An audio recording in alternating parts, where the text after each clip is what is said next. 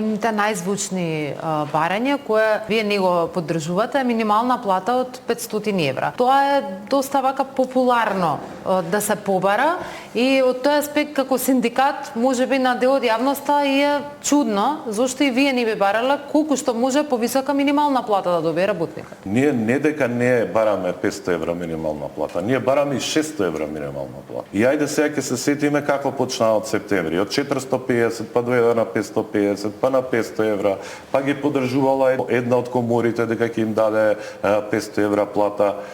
Тоа беше Северозападна комора, така. Знаеме кој беше директор пред 7-8 години на таа Северозападна комора и знаеме од каде излегуваат тие нивни популистички барања. Директорот, ќе кажам јавно, беше поранешниот вице-премиер Битики. Минималната плата треба да расте согласно закон.